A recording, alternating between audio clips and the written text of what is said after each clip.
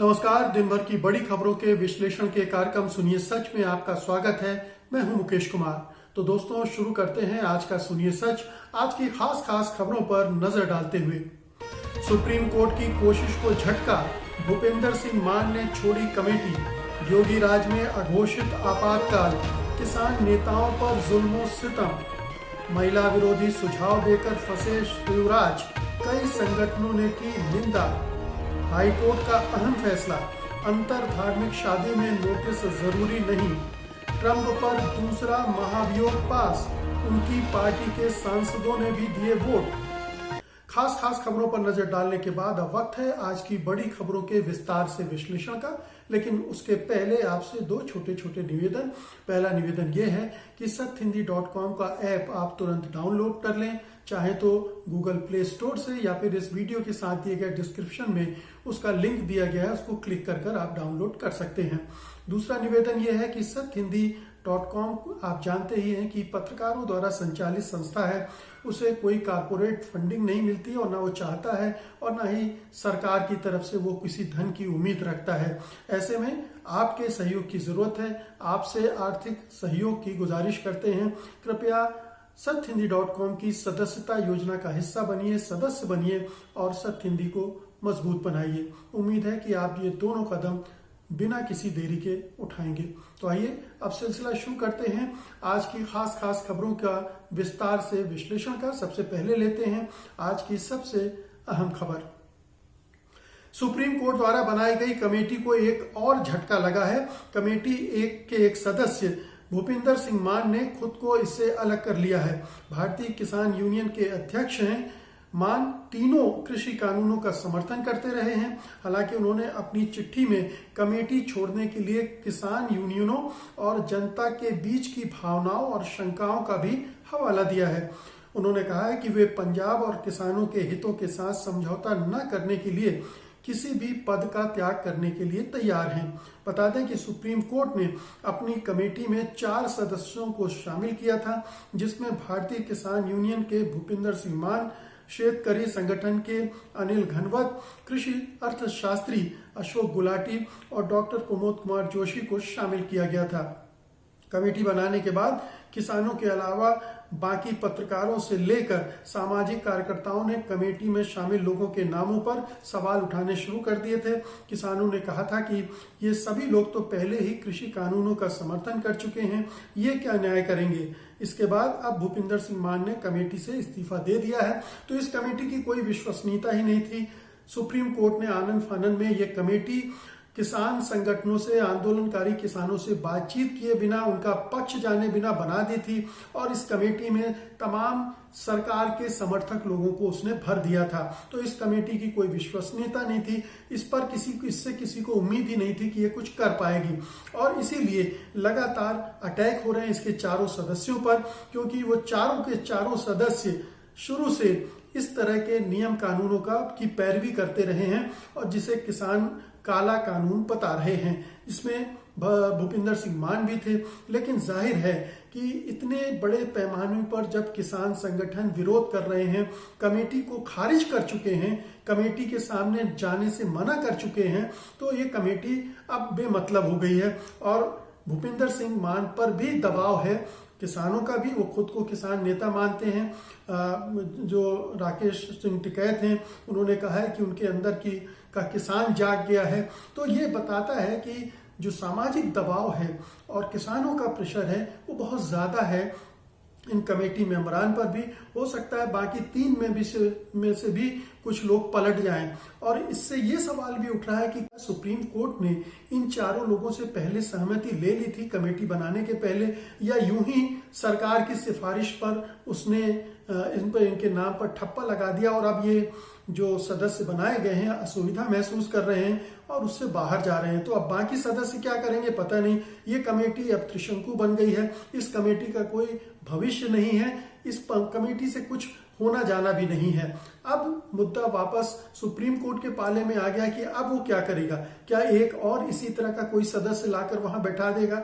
इस कमेटी की कोई क्रेडिबिलिटी नहीं है। अगर उसमें वो करता भी है तो उससे क्या हासिल होगा? उससे सुप्रीम कोर्ट की फजीहत हो रही है और आगे भी होगी। बेहतर होगा कि ये काम सरकार का है, सरकार को किसानों से बात करने दें, सरकार संसद का विशेष अधिवेशन बुलाए, इन बिलों पर चर्चा कराए, इन बिलों को हटाए, रोके और फिर नए सिरे से अगर कुछ कहीं परिवर्तन की जरूरत है, सुधार की जरूरत है तो किसानों को साथ लेते हुए किया जाए। लेकिन सरकार चोर दरवाजे से ये सारी चीजें करना चाहती थी, इसीलिए उसने सुप्रीम कोर्ट की आड़ ली थी।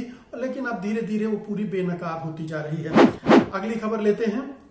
उत्तर प्रदेश में किसान नेताओं को हर तरह से सताया और दबाया जा रहा है। उनका घर से निकलना भी मुश्किल हो गया है।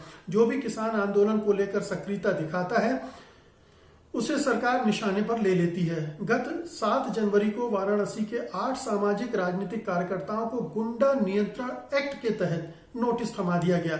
ये सभी जिले के गणमान्य नागरिक हैं। इनमें उत्तर प्रदेश भारतीय कम्युनिस्ट पार्टी किसान सभा के सचिव जयशंकर सिंह, किसान सभा माकपा के जिला सचिव रामजी सिंह, स्वराज अभियान के जिला संयोजक राम जन्म यादव सहित अन्य किसान संगठनों के कार्यकर्ता हैं। अपर जिला मजिस्ट्रेट रणविजय सिंह के हस्ताक्षरों से 29 दिसंबर को जारी नोटिस के जरिए इन सभी को आगामी 15 जनवरी को मजिस्ट्रेट न्यायालय में हाजिर होकर सफाई देने का आदेश दिया गया है।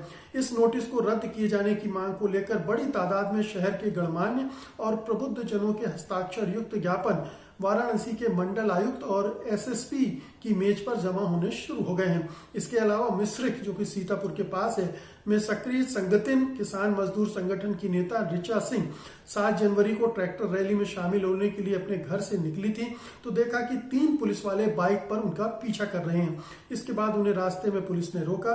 वो जैसे तैसे रैली में पहुंच तो गई, लेकिन पुलिस वाले लगातार उनका पीछा करते रहे। शाम 7 बजे जब वो घर से लखनऊ जाने के लिए रवाना हुई तो उन्हें घर से निकलते ही रोक लिया गया। कुछ ही देर में वहां सीओ, सिटी मजिस्ट्रेट आदि पहुंच गए। वो घर लौट आई। 10:30 बजे तक वे वहीं उनके घर पर बैठे रहे। बड़े अफसरों के जाने के बाद छोटे पुलिसकर्मी घर के बाहर बैठ गए। यही नहीं, 9 जनवरी को आगरा के गांव नगला परमाल के सुरेंद्र सिंह चाहर सुबह 6 बजे किरावली तहसील में पूर्वाह्न होने वाली किसान पंचायत की तैयारियों के लिए निकल रहे थे, तभी पुलिस वालों ने उन्हें दबोच लिया। 9 जनवरी को ही आगरा के किसान नेता सोमवीर यादव अपने गांव मदरा से दिल्ली बॉर्डर के धरने पर शामिल होने के लिए निकल रहे थे, तभी डौकी थाना पुलिस उन्हें उठाकर ले गई। पिछले 2 हफ्तों में प्रदेश का ऐसा कोई जिला नहीं है जहां किसान संगठनों से जुड़े कार्यकर्ताओं और नेताओं के इस तरह की हाउस अरेस्ट या गिरफ्तारियां न हो रही हों। पूर्व केंद्रीय कृषि मंत्री सोमपाल शास्त्री का कहना है कि किसान आंदोलन पर जैसी सख्ती बेरहमी यूपी सरकार बरत रही है उसका दूसरा उदाहरण देश में नहीं है और ये लगभग आपातकाल जैसी स्थिति है। ये आपातकाल उत्तर प्रदेश में पहले से ही लागू हो गया है।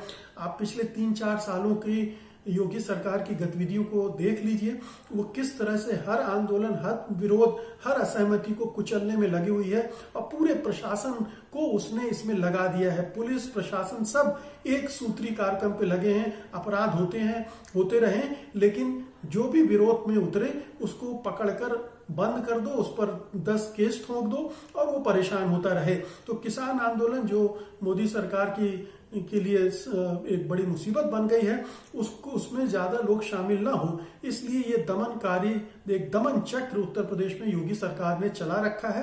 पूरा एक यातना गृह में तब्दील हो गया उत्तर प्रदेश और ये आपातकाल लोगों को देखना चाहिए कि मोदी सरकार और पूरी भारतीय जनता पार्टी और संघ परिवार जो किसानों की हमदर्द होने की बात करती है, वो किस तरह से दमन करती है उनकी मांगों को दरकिनार करते हुए, उनकी गतिविधियों पर पाबंदियां लगाते हुए। बहुत ही शर्मनाक है, ये देश के इतिहास में दर्ज हो रहा है। अगली खबर का रुख करते हैं। मध्य प्रदेश के मुख्यमंत्री शिवराज सिंह महिला विरोधी सुझाव देकर विवादों में घिर गए हैं। उन्होंने सुझाव दिया कि काम के लिए बाहर जाने वाली महिलाएं पुलिस थाने में रजिस्ट्रेशन कराएं ताकि उनकी सुरक्षा के लिए उन्हें ट्रैक किया जा सके। शिवराज सिंह चौहान का ये बयान सोमवार को आया था। वे चाहते हैं कि महिलाओं की शादी की उम्र को 18 से बढ़ाकर 21 वर्ष कर देना चाहिए। इसके साथ ही उन्होंने कहा कि एक नई व्यवस्था लाई जाएगी जिसके तहत काम के लिए अपने घर से बाहर जाने वाली किसी भी महिला को खुद को स्थानीय पुलिस थाने में रजिस्टर कराना होगा और उसकी सुरक्षा के लिए उसे ट्रैक किया जाएगा। एक हेल्पलाइन नंबर दिया जाएगा और सार्वजनिक परिवहन की गाड़ियों में पैनिक बटन लगाया जाएगा, जिसके बाद शिवराज सिंह के इसी सुझाव को महिलाओं को ही दोषी ठहराने के तौर पर देखा जा रहा है। महिलाओं की सुरक्षा के नाम पर महिला विरोधी फैसले लेना इस पुरुष प्रधान देश में काफी आम है और खासतौर से भारतीय जनता पार्टी और संघ परिवार के जो नेता हैं वो इससे ग्रसित हैं। एक तरफ प्रधानमंत्री मोदी लाल किले से अपने भाषण में कहते हैं कि महिलाओं की यौन हिंसा के लिए महिलाओं को ही जिम्मेदार ठहराना गलत है। अभिभावक बेटियों से तो सवाल करते हैं, बेटों से नहीं। लेकिन मोदी की ही पार्टी के नेता और मध्य प्रदेश के मुख्यमंत्री शिवराज सिंह चौहान उनसे ठीक उलट काम करते दिख रहे हैं।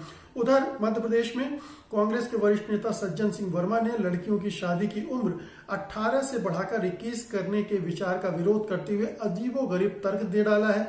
उन्होंने कहा है कि 15 साल की उम्र में ही लड़कियां प्रजनन के लायक हो जाती हैं और 18 साल में परिपक्व हो जाती हैं, तो शादी की उम्र 21 साल क्यों हो, जिसके बाद महिलाओं ने इनको भी आड़े हाथों लिया है। तो आप देखिए कि शिवराज सिंह चौहान किस तरह की मानसिकता के आदमी हैं, या पिछले 15 साल 18 साल जब राज किया उन्होंने, तब वो ये सारे उनके रंग नहीं दिखे थे। अब जैसे गिरगिट रंग बदलता है वैसे शिवराज सिंह का रंग बदल रहा है। वो योगी से कंपटीशन करते हुए नजर आ रहे हैं और एक से एक दमनकारी और आजादी के हनन वाले प्रस्ताव, सुझाव, कानून लाने पर अड़े हुए हैं, आमादा हैं। ये जो कानून की बात या जो सुझाव दिया है उन्होंने, कितना महिला विरोधी है, आप इसका अंदाजा इसी से लगा सकते हैं कि वो महिलाओं को ट्रैकिंग की बात कर रहे हैं, पुरुषों की ट्रैकिंग की बात नहीं कर रहे हैं, कि जबकि अपराध, यौन हिंसा के अपराध पुरुष करते हैं। तो कायदे से काम पर बाहर निकलने वाले पुरुष को पुलिस स्टेशन में जाके दर्ज कराना चाहिए कि वो कहाँ जा रहे हैं, ताकि उन पर निगरानी रखी जा सके, ना कि महिलाओं पर निगरानी रखने की जरूरत है। लेकिन चूंकि वो पुरुष मानसिकता है, मर्दवादी मानसिकता है, इसलिए महिलाओं को टारगेट कर रही है। अब ये हमारे पुलिस स्टेशन ही इतने खतरनाक है, पुलिस वालों पर ही भरोसा नहीं किया जा सकता। अगर महिलाएं वहां दर्ज कराने जाएंगी कोई इंफॉर्मेशन, तो कहीं उन्हीं के साथ वहां यौन दुर्व्यवहार ना हो जाए, इसका खतरा और भी ज्यादा है, क्योंकि पुलिस महकमा भी इसके लिए कुख्यात रहा है।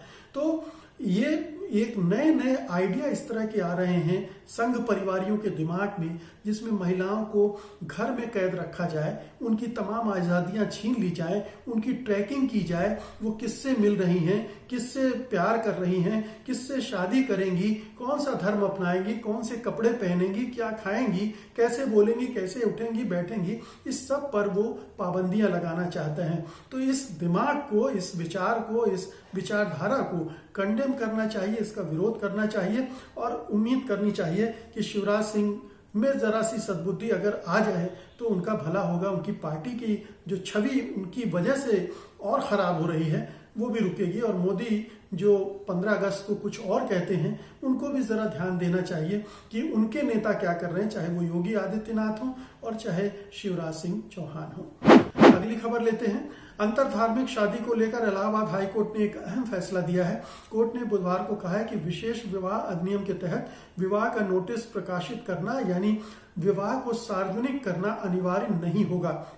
ये शादी करने वाले युवक युवती की पसंद पर निर्भर करेगा कि उस नोटिस को प्रकाशित किया जाए या नहीं। कोर्ट ने कहा कि इस तरह के नोटिस के प्रकाशित करने से स्वतंत्रता और गोपनीयता के मौलिक अधिकारों का उल्लंघन होगा। कोर्ट ने कहा कि ये नोटिस शादी करने वाले जोड़ों के अपना साथी चुनने की स्वतंत्रता को भी प्रभावित करेंगे। हाई कोर्ट के इस फैसले से अंतर धार्मिक शादी करने वालों को राहत मिलने की उम्मीद है। इलाहाबाद हाई कोर्ट ने जिस विशेष विवाह अधिनियम 1954 को लेकर यह फैसला दिया है, उसकी एक धारा में प्रावधान है कि अंतर धार्मिक शादी के मामले में डिस्ट्रिक्ट मैरिज ऑफिसर को विवाह की लिखित सूचना देना अनिवार्य है। ये सूचना कहती है कि इस तरह के नोटिस को आधिकारिक कार्यालय में प्रदर्शित किया जाएगा। ये इसलिए कि जब भी कोई उम्र, मानसिक स्वास्थ्य और उनके समुदायों के रीति रिवाज जैसे सामान्य नियमों के उल्लंघन को लेकर शादी पर आपत्ति करना चाहता है तो 30 दिनों के भीतर ऐसा कर सकता है। कोर्ट का यह फैसला एक हैबियस कॉर्पस यानी बंदी प्रत्यक्षीकरण याचिका पर आया है। इस याचिका में आरोप लगाया गया था कि एक वयस्क लड़की को दूसरे धर्म से संबंध रखने वाले अपने प्रेमी से शादी करने की उसकी इच्छा के खिलाफ हिरासत में लिया गया। उस जोड़े ने अदालत से कहा था कि 30 दिन के नोटिस की अनिवार्यता निजता के अधिकार का उल्लंघन है और उनकी अपनी पसंद की शादी में हस्तक्षेप है। याचिकाकर्ता एक मुस्लिम महिला थी, उसने हिंदू पुरुष से शादी करने के लिए हिंदू धर्म में धर्मांतरण कर लिया था। तो इसमें कोई बायस आप अगर जो हमारे हिंदुत्ववादी लोग हैं उसमें नहीं दिखेगा, क्योंकि एक मुस्लिम महिला हिंदू धर्म में धर्मांतरण करके और शादी कर रही थी, लेकिन उसको भी घेर लिया गया, पुरुष को भी घेर लिया गया और उसको हिरासत में ले लिया गया। तो ये मामला गया है और ये एक बहुत ही क्रांतिकारी फैसला है। तो गुंडे एलिमेंट हैं, वो तलाश में रहते हैं कि कहाँ पर कोई ऐसी शादी हो रही जहां वो जाकर उनके घर वालों को धमकाएं और शादी को रुकवा दें। तो ये शादी करना व्यक्तिगत निजी आजादी का मामला है, निजी पसंद का मामला है और उसमें किसी का हस्तक्षेप नहीं होना चाहिए अगर दोनों वयस्क है तो ये कानून यही कहता है। जो अभी हाईकोर्ट ने फैसला दिया वो ये कहता है कि इसकी कोई जरूरत नहीं। और पिछले लॉ कमीशन जो बना था 2012 में जिसकी रिपोर्ट आई थी, उसने भी ये कहा था कि ये नोटिस वाला मामला खत्म कर दिया जाना चाहिए। तो बहुत ही अच्छा फैसला है। उम्मीद है कि इलाहाबाद हाई कोर्ट उस ऑर्डिनेंस को भी रद्द करेगी जिसमें धर्मांतरण के नाम पर अंतर धार्मिक शादियों पर रोक लगाने की कोशिश योगी सरकार भी कर रही है और यहाँ शिवराज सिंह चौहान की सरकार भी मध्य प्रदेश में कर रही है। और अब आज की अंतिम खबर लेते हैं। अमेरिकी राष्ट्रपति डोनाल्ड ट्रंप के खिलाफ महाभियोग प्रस्ताव प्रतिनिधि सभा से पारित कर दिया गया है। बुधवार को हुए मतदान में महाभियोग के पक्ष में 235 और उसके खिलाफ 197 वोट पड़े। राष्ट्रपति ट्रंप के खिलाफ दूसरी बार महाभियोग प्रस्ताव सदन के निचले सदन से पारित किया गया है। प्रस्ताव में राष्ट्रपति ट्रंप पर 3 आरोप लगाए गए थे। पहला, ट्रंप ने चुनाव हारने के बावजूद बिना किसी आधार के भारी बहुमत के साथ जीत का झूठा दावा किया। उन्होंने जानबूझकर जन भावना भड़काने वाले बयान दिए और लोगों को चुनावी नतीजों का अनुमोदन करने के लिए हो रहे संसद के संयुक्त अधिवेशन को भंग करने के लिए उकसाया। और तीसरा, ट्रंप ने अपनी हार को जीत में बदलने के लिए चुनाव अधिकारियों को धमकाने जैसे हथकंडे आजमाए। अब प्रतिनिधि सभा का महाभियोग प्रस्ताव बहस और अनुमोदन के लिए संसद के ऊपरी सदन यानी सीनेट के पास भेजा जाएगा। 100 सदस्यों वाली सीनेट में पहले महाभियोग के इस प्रस्ताव पर अदालती शैली में बहस होगी और उसके बाद में मतदान होगा। मतदान में यदि 2/3 सीनेटरों ने महाभियोग प्रस्ताव के पक्ष में वोट दिया तो महाभियोग पारित हो जाएगा। अमेरिका के इतिहास में पहली बार किसी राष्ट्रपति पर दूसरी बार महाभियोग लगाया गया है। इससे पहले 24 सितंबर 2019 को राष्ट्रपति ट्रंप पर पहला महाभियोग लगाया गया था। इस महाभियोग में आरोप था कि ट्रंप ने यूक्रेन की सरकार पर अपने चुनावी प्रतिद्वंदी जो बाइडेन के बेटे हंटर बाइडेन के खिलाफ भ्रष्टाचार की जांच बैठाने का दबाव डाला था ताकि उन्हें नवंबर 2020 के चुनाव में जो बाइडेन के खिलाफ बढ़त हासिल हो सके। वहीं अगर ट्रंप को हटाने की बात करें तो ट्रंप का कार्यकाल वैसे भी 20 जनवरी को पूरा हो रहा है और इतने कम समय में सीनेट में उनके खिलाफ ट्रायल का मुकम्मल होना संभव नहीं माना जा रहा है।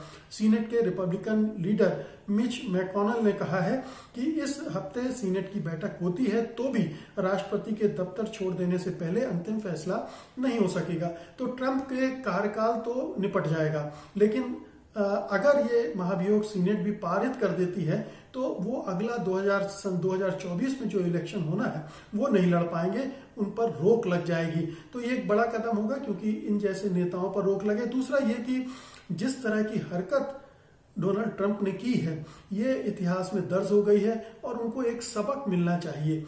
उन्हें एक प्रताड़ना होनी चाहिए उनकी और ये बताना चाहिए कि वो उन्होंने कितनी बड़ी गलती की है। और ये तभी हो सकता है जब ये महाभियोग जैसा प्रस्ताव पारित हो जाए, या अब एक सदन ने तो पारित कर ही दिया है, इतना भी कम नहीं है उनके पूरे छवि उनके, हालांकि वो पहले ही मलिन है और भी बट्टा लगाने को, तो उनकी साख अब खत्म हो चुकी है। वो जिस तरह की हरकत करके उन्होंने लोकतंत्र को और अमेरिका को बदनाम किया है, उसके लिए जरूरी है ये महाभियोग लाना और पारित करवाना। तो ये एक अच्छा कदम है और इससे दूसरे देशों में भी जो इस तरह के एलिमेंट हैं या नेता हैं उनको भी एक मैसेज मिलना चाहिए। तो मित्रों, ये थी आज की खास खबरें और उनका विश्लेषण। उम्मीद है कि आपने इन्हें पसंद किया होगा और आप इस वीडियो को लाइक करेंगे और शेयर करेंगे। आप मुझे अनुमति दीजिए, मैं कल फिर हाजिर हूँगा कल की प्रमुख खबरों के साथ, उनके विश्लेषण के लिए। तब तक के लिए नमस्कार। सत्य हिंदी का ऐप डाउनलोड करें गूगल प्ले स्टोर पर।